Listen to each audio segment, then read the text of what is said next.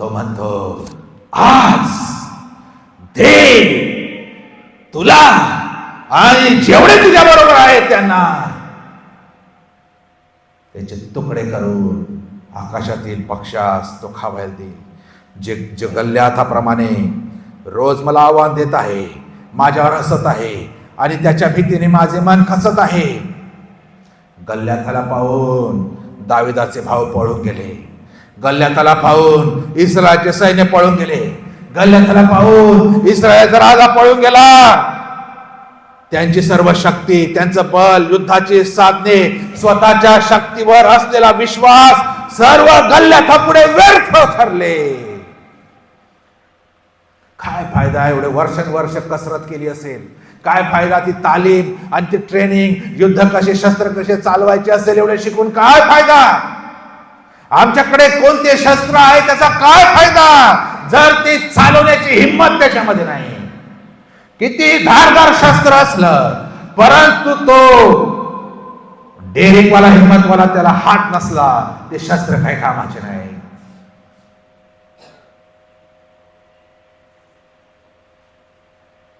आणि म्हणून देव आम्हाला दावीद बनवू इच्छितो. ज्या गल्ल्याथाला पाहून सर्व दुनिया पळून जात होती, या ठिकाणी दावीद येतो. त्याचे मन आवाढव्य गल्ल्याथाला पाहून घाबरत नाही. हीच परीक्षा आहे. त्याला पाहून मी घाबरतो किंवा नाही.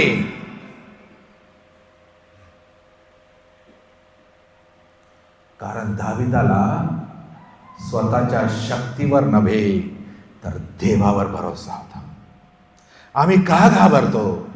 कारण आमची संसाधने अपुरी पडली असं आम्हाला वाटतात. आता आमचे बँक बॅलन्स रिकामे झाले असे आम्हाला वाटतात. आता आम्ही थकलो असे आम्हाला वाटतं. आता आम्ही विचार करून थकलो असं आम्हाला वाटतं. आम्ही घाबरून जातो आणि आम्ही शस्त्र टाकून देतो. त्या गल्ल्याथापुढे आमच्या हृदयाचं पाणी पाणी होतं. आणि तीच परीक्षा आहे. तेव्हा दाविदाप्रमाणे देव मला सांगतो, आणि जा. मागील दिवसामध्ये जेव्हा समस्या होत्या, जेव्हा तू माझ्याकडे याचना केली, जेव्हा तू माझ्याकडे प्रार्थना केली, जेव्हा तू माझ्याकडे मागितलं, तेव्हा तू त्या अस्वलाला ठार केलं, तेव्हा तू त्या सिंहाला ठार केलं. आता उठ, हा गल्ल्यात देखील पडेल.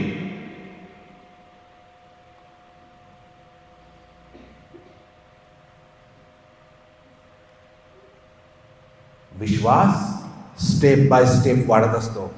दाविदाने, मी मागे म्हटलं, दाविदाने डायरेक्ट गल्ल्याथाला येऊन मारलं नाही. दाविदाने आधी अस्वलाला मारलं होतं जंगलामध्ये, आधी सिंहाला मारलं, कोणाला माहित बी नाही काय युद्ध झालं तिथे. असे काही प्रसंग मध्ये देवाने त्याला बनवलं. देवाच्या तालिमीत तो वाढला. सिंहरूपी संकट आलं, अश्वरूपी संकट आलं, आणि देवाच्या शक्तीवर भरोसा ठेवून ते युद्ध दाविदाने त्या जंगलामध्ये जिंकलं. आणि म्हणून मी एकसारखं 3-4 वेळा झाल्या संदेशामध्ये मी सांगत आहे की संकट अरिष्ट देव पाठवतो, सिंहासारखे अरिष्ट पाठवतो, अस्वलीसारखे अरिष्ट पाठवतो. ते आमचा नाश करण्यासाठी नाही, तर आम्हाला मजबूत करण्यासाठी. कारण त्याच्यापेक्षा भयंकर संकट पुढे येणार आहे, त्याच्याशी लढण्यासाठी. जर आम्ही या लहान लहान संकटांमध्ये हारून जातो तर गल्ल्याथा पुढे काय टिकावं लागणार. आणि म्हणून संकट चांगली असतात. मी म्हटलं ते आमचा विश्वास वाढवतात, आम्हाला विश्वासात बळकट करतात, आमच्या विश्वासात आम्हाला मजबूत करतात. आणि हळूहळू आमचा कॉन्फिडन्स पण वाढतो. अरे मी त्रासवाला मारलं, अरे मी प्रार्थना केली आणि देवाने मला सोडवलं, मला दिलं.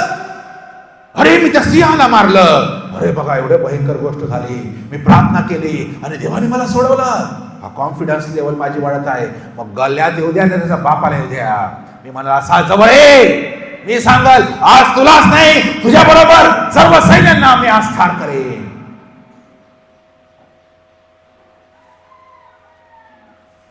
जोपर्यंत हा गल्ल्यात माझ्या जीवनात जिवंत आहे तोपर्यंत माझी हार आहे, तोवर माझी हार आहे. आणि हेच कारण आहे ख्रिस्ती जीवनामध्ये आम्ही हारत आहोत. रोज आम्ही किड्या मकोड्यांसारखं रेंगाळत जीवन जगत आहोत. आध्यात्मिक हारलेले आहोत. विजयी जीवन नाही जगत. आमचा विश्वास कुठे आहे? आमचा कॉन्फिडन्स कुठे आहे? थोडासा जोरात वारा आला संकटरूपी, थोडीशी उष्णता वाढली दक्षिणेच्या वाऱ्याची, की आम्ही लगेच तिकडे तिकडे शोधायला सुरुवात करतो, पळायला सुरुवात करतो. आम्ही युद्ध लढू शकत नाही. आम्ही आमची दृष्टी देवावरून लगेच हटून माणसावर आणतो की हा मदत करल, ती मदत करल. परंतु देव ते संकट काढत आहे की माझी दृष्टी त्याच्यावर अधिक मजबूतीने राहावी, माझा भिस्त भरोसा त्याच्यावर राहावा. म्हणून मी देवाची परिस्थिती जेव्हा परिस्थिती उत्पन्न केलेली असते तेव्हा मी उलट त्याच्याकडे मजबूत होण्याच्या ऐवजी मी उलट जगामध्ये आणि माझ्या संसाधनावर विश्वास ठेवून मी जगण्याचा प्रयत्न करतो आणि म्हणून माझी हार होते. प्रियांनो, किती कठीण आहे. जर आध्यात्मिक रीतीने चेक केलं तर ह्या 24 सालामध्ये मी किती युद्ध जिंकलेली आहे हे आम्हाला समजेल की या 24 सालामध्ये माझी हारच होत आलेली होती. रोज आम्हाला आपटत होता. रोज सकाळी आणि संध्याकाळी येऊन हा गल्ल्यात मला चॅलेंज आणि आव्हान देत होता आणि तेव्हा मी दोघून लपलेलो होतो. दबकून बसलेले आहेत, अंधारात लपून बसलेले आहेत. कोणीतरी ओढत आहे सैतान जोड्यात, आम्ही घरात लपून बसलेले आहेत. एवढा लपलेले आहे की देवाच्या मंदिरी मी येत नाही. गल्ल्याला पाहून एवढं भय वाटत आहे.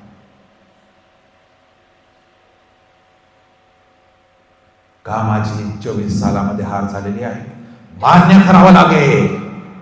जर आमचा विजय झाला असता ना, आम्ही वेगळे असतो. आमची पातळीच वेगळी असते.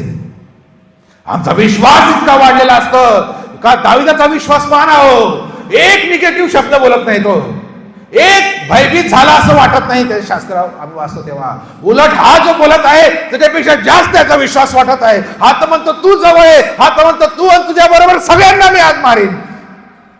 का? कुठून आला विश्वास? त्याची पातळी विश्वासाची डिफरंट आहे.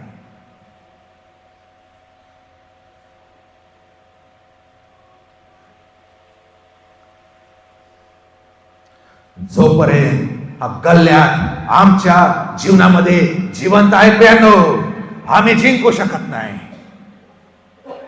2024 सालामध्ये आमची जी हार झालेली आहे प्रियांनो, 2025 मध्ये ती आम्ही परत रिपीट करू नका.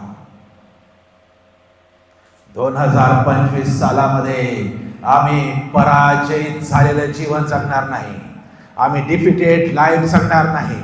आम्ही हारलेलं जीवन जगू शकत नाही. न जाणो हारत हारत आम्हीच एकदा निघून गेलोय जगातून, तर आम्हाला स्वर्गाच्या राज्यात कशी कोणत्या तोंडाने जागा मिळेल? आणि म्हणून रोज आम्हाला देवाच्या शक्तीवर अवलंबून विसंबून राहून त्या गल्ल्याला रोज आपटायचं आहे.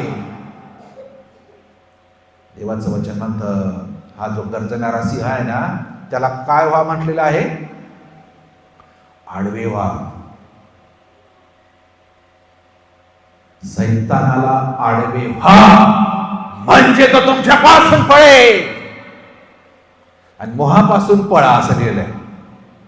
आम्ही मोहाला आडवे व्हायला जातो, मोहात पडून जातो. आणि जिथे सैतानाला आडवे व्हायला लागते त्याच्यापासून पळतो. उलट गणित ख्रिस्ती लोकांचं. ज्याला आडवं व्हायचं म्हणजे ज्याला रोखायचं, ज्याच्याबरोबर लढायचं त्याला पाहून आम्ही पळतो. आणि जे मोह आहे त्याला पाहून पळायला लावलं तर त्याच्याशी लढायला जातो. मोहात चांगले चांगले हारून जातात बरं का. देवाला माहिती आहे म्हणून मोहापासून काय सांगितलं आहे? दूर व्हा, पळा, दूर व्हा. कारण मोहाला जिंकणं शक्य नाही. खूप कॉन्फिडन्स लेवल फार हाय पाहिजे.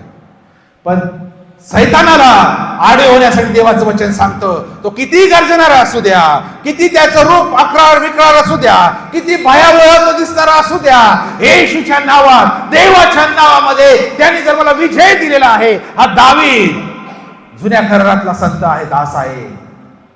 येशू तर येऊन अजून मेला पण नव्हता. सर्व जगासाठी. येशूने तर आम्हाला रेडीमेड सर्व विजय दिलेला आहे नाही का, वधस्तंभावर मरणावर विजय, सैतानावर विजय, पापावर विजय येशूने वधस्तंभावर दिलाय. आमच्याकडे ऑलरेडी सर्व आहे, आता फक्त आम्हाला विश्वासाने ऍप्लिकेशन करायची गरज आहे. पण आम्ही इतके हारतो, इतके भयभीत आहे. रोज ख्रिस्ती व्यक्ती इतका धावपळीत आहे, रोज ख्रिस्ती व्यक्ती इतका व्यस्त आहे. कुठून मला पैसे मिळतील, कुठून मला मदत मिळेल, कुठून माझं असं होईल, कुठून माझं तसं होईल. आम्ही फक्त रविवारी चांगले दाखवतो, इतर दिवस आम्ही आमच्या शक्तीवर आणि मनुष्यावर भिस्त ठेवून जगतो. आणि रविवार आला की आम्ही देवदेव करतो.